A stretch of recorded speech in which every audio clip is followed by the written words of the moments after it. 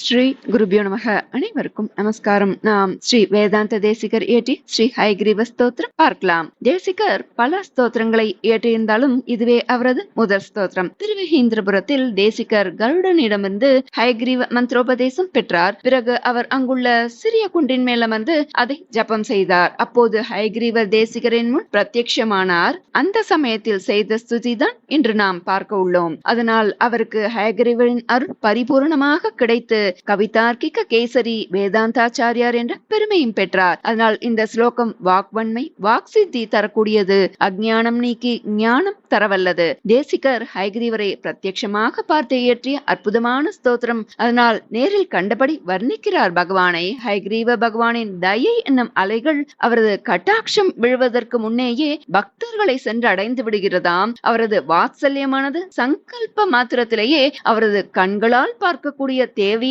இல்லாமல் அருள் பாலித்து விடுகிறதாம். அது காமதேனுவை போல வாக்வன்மையை தருகிறது. அப்படிப்பட்ட வாக்கானது கேட்பவரது காதில் அமுதமென பாய்கிறது. அவரது அபிலாஷையை, ஆசைகளை, விருப்பத்தை பூர்த்தி செய்கிறது. பிரம்மமாகவும் ஞானமாகவும் திகழ்கிறார் ஹயக்ரீவர். இன்று பலருக்கும் பெரும் பிரச்சனையாக இருப்பது படித்தது நினைவில் இருப்பதில்லை. எவ்வளவு கஷ்டப்பட்டு படித்தாலும் படித்தது மறந்து விடுகிறது. மாணவர்கள் மட்டுமல்ல, பலருக்கும் இருப்பது, பெரியோர்களுக்கும் இருக்கும் பெரிய பிரச்சனை ஞாபக மறதி. இப்படிப்பட்ட மறதியால் அவதிப்படுவோர் ஞான சக்தி அதிகரிக்க, ஞாபக சக்தி அதிகரிக்க லட்சுமி ஹயக்ரீவரை வணங்கலாம். அவர் பக்தர்களது குறைபாடுகளை நீக்குகிறார். அவரது கட்டாட்சம் கற்பதில் உள்ள எல்லா இடையூறுகளையும் அழிக்கிறது. ஞான ஆசிரியனாக ஹயக்ரீவர் அறியாமை என்னும் இருளிலிருந்து ஞானம் என்னும் ஒளியை நோக்கி நம்மை அழைத்து சென்று அருள் புரிகிறார். குழந்தைகள், பெரியோர்கள் என அனைவருமே இந்த ஸ்தோத்திரத்தை பாராயணம் செய்யலாம். நாம இப்போ ஸ்தோத்திரத்தை பார்க்கலாம். ஸ்ரீ வேதாந்த தேசிகர் இயற்றிய ஸ்ரீ ஹயக்ரீவ ஸ்தோத்திரம். ஸ்ரீ ஹயக்ரீவ ஸ்தோத்திரம். ஸ்ரீமான் வெங்கடநாத்தார்ய கவிதார்க்கிக கேசரி வேதாந்தாச்சார்ய வர்யோ மே சந்நிதத்தாம் சதா ஹ்ருதி. ஞானானந்தமயம் தேவம் நிர்மலஸ்பட்டிகாக்ருதிம் ஆதாரம் சர்வ வித்யானாம் ஹயக்ரீவமுபாஸ்மஹே. ஞானானந்தமயம் தேவம் நிர்மலஸ்பட்டிகாக்ருதிம் ஆதாரம் சர்வ வித்யானாம் ஹயக்ரீவமுபாஸ்மஹே.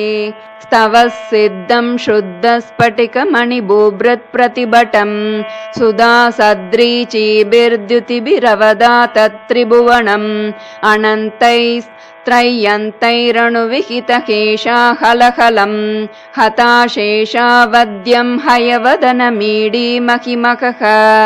சமாஹாரஸ் சாம்னாம் பிரதிபதம்ருச்சாம் தாமயஜுஷாம் லயஃப் பிரத்யூஹானாம் லஹரி விததிர்போதஜலதேஹே. கதாதர்பக்ஷுப்யத் கதககுலகோலாஹலபவம் ஹரத்வந்தர்த்வாந்தம் ஹயவதனகேஷாஹலஹலஹ. प्राची संध्या काचिदन्तर्निशायाः प्रज्ञादृष्टे रञ्जनश्रीरपूर्वा वक्त्री वेदान् वातु मे वाजिवक्त्रा वागीशाक्या वासुदेवस्य मूर्तिः. विशुद्धविज्ञानगणस्वरूपं विज्ञानविश्राणनबद्धदीक्षं दयानिधिं देहभृतां शरण्यं देवं हयग्रीवमहं प्रपद्ये. अपौरुषेयैरपि वाक्प्रपञ्चैः अद्यापि ते भूतिमदृष्टपाराम् सुवर्णकं मुग्धयति त्वयैव कारुण्यतो नाथकटाक्षणीयः. दाक्षिण्यरम्या गिरिशस्य मूर्तिः देवी सरोजासनधर्मपत्नी व्यासादयोऽपि व्यपदेश्य वाचः स्फुरन्ति सर्वे तव शक्तिलेशैः. मन्दो भविष्यन्नियतं विरिञ्चः वाचां निदेवञ्चितभागधेयः. दैत्यापनीतान् दययैव भूयोऽपि अद्यापयिष्यो निगमान्न चेत्त्वं. वितर्कडोलां व्यवधूय सत्त्वे बृहस्पतिं वर्तयसे यतस्त्वं.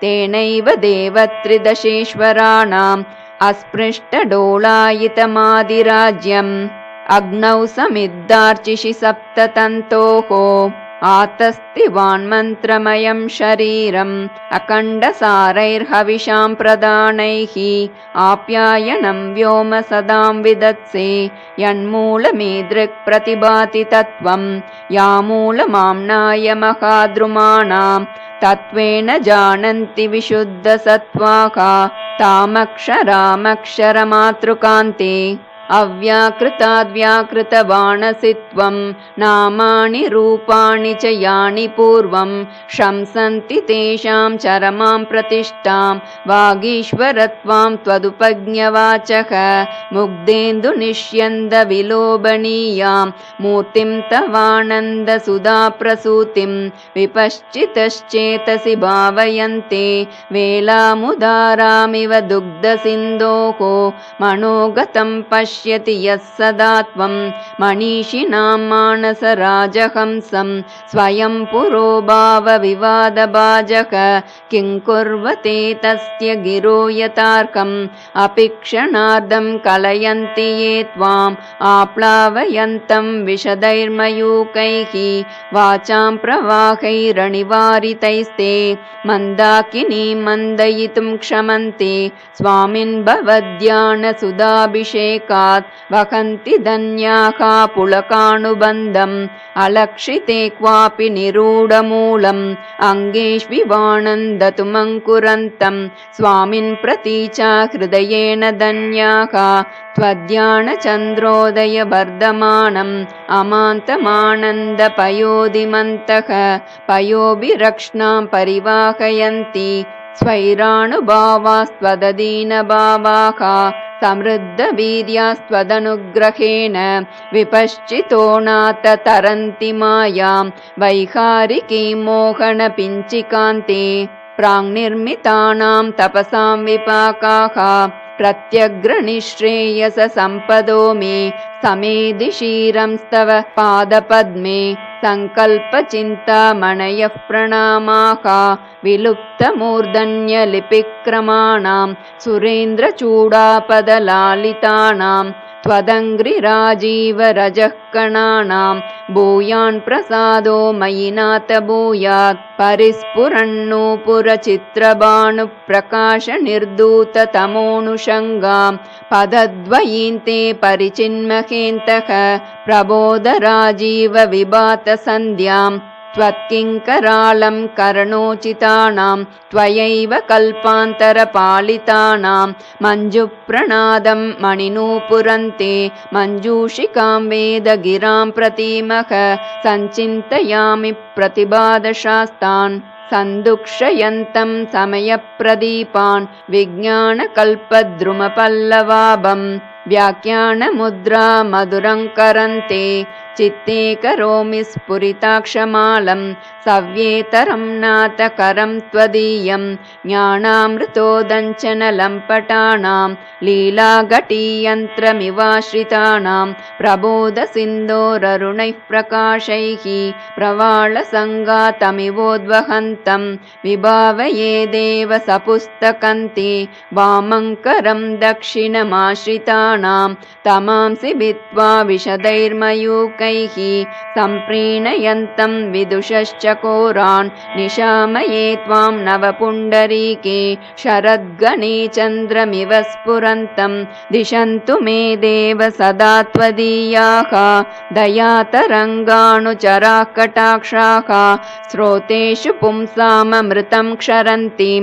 सरस्वतीं संश्रितकामधेनुं विशेषवित्पारिषदेषु नाथ विदग्धगोष्ठी समराङ्गणेषु जिगीषतो मे कवितार्किकेन्द्रान् जिह्वाग्रसिंहासनमभ्युपेयाः त्वां चिन्तयन् त्वन्मयतां प्रपन्नः त्वामुद्गृह्णन् शब्दमयेन दाम्ना स्वामिन् समाजेषु समेदिशीय स्वच्छन्दवादाः अवबद्धशूरः नानाविधानामगतिः कलानां न चापि तीर्थेषु कृतावतारः ध्रुवं तवानाथ परिग्रहायाः नवं नवं पात्रमहं दयायाः अकम्पनीयान्यपनीतिभेदैः अलङ्कृशीरन् हृदयं मदीयं शङ्काकलङ्कापगमोज्ज्वलानि तत्त्वानि संयञ्चि तव प्रसादात् व्याख्यामुद्रां करसरसिजैः पुस्तकं शङ्खचक्रे बिभ्रद्भिन्नस्फटिकरुचिरे पुण्डरीके निषण्णः अम्लानश्रीरमृतविशदैरंशुभिः प्लावयन् माम् आविर्भूयादनगमहिमा मानसे वागदीशः व्याख्यामुद्रां करसरसिजैः पुस्तकं शङ्खचक्रे बिभ्रद्भिन्नस्फटिकरुचिरे पुण्डरीके निषण्णः अम्लानश्रीरमृतविशदैरंशुभिः प्लावयन् माम् आविर्भूयादनगमहिमा मानसे वागदीशः वागर्थसिद्धिहेतोः पठत हयग्रीवः संस्तुतिं भक्त्या कवितार्किककेसरिना वेङ्कटनाथेन विरचितामेताम् वागर्थसिद्धिहेतोः पठत हयग्रीवसंस्तुतिं भक्त्या कवितार्किककेसरिना वेङ्कटनाथेन विरचितामेतां कवितार्किकसिंहाय कल्याणगुणशालिने श्रीमते वेङ्कटेशाय वेदान्तगुरवे नमः इति श्रीहयग्रीवस्तोत्रं समाप्तम्। श्रीगुरुभ्यो नमः। हरिः ओम्।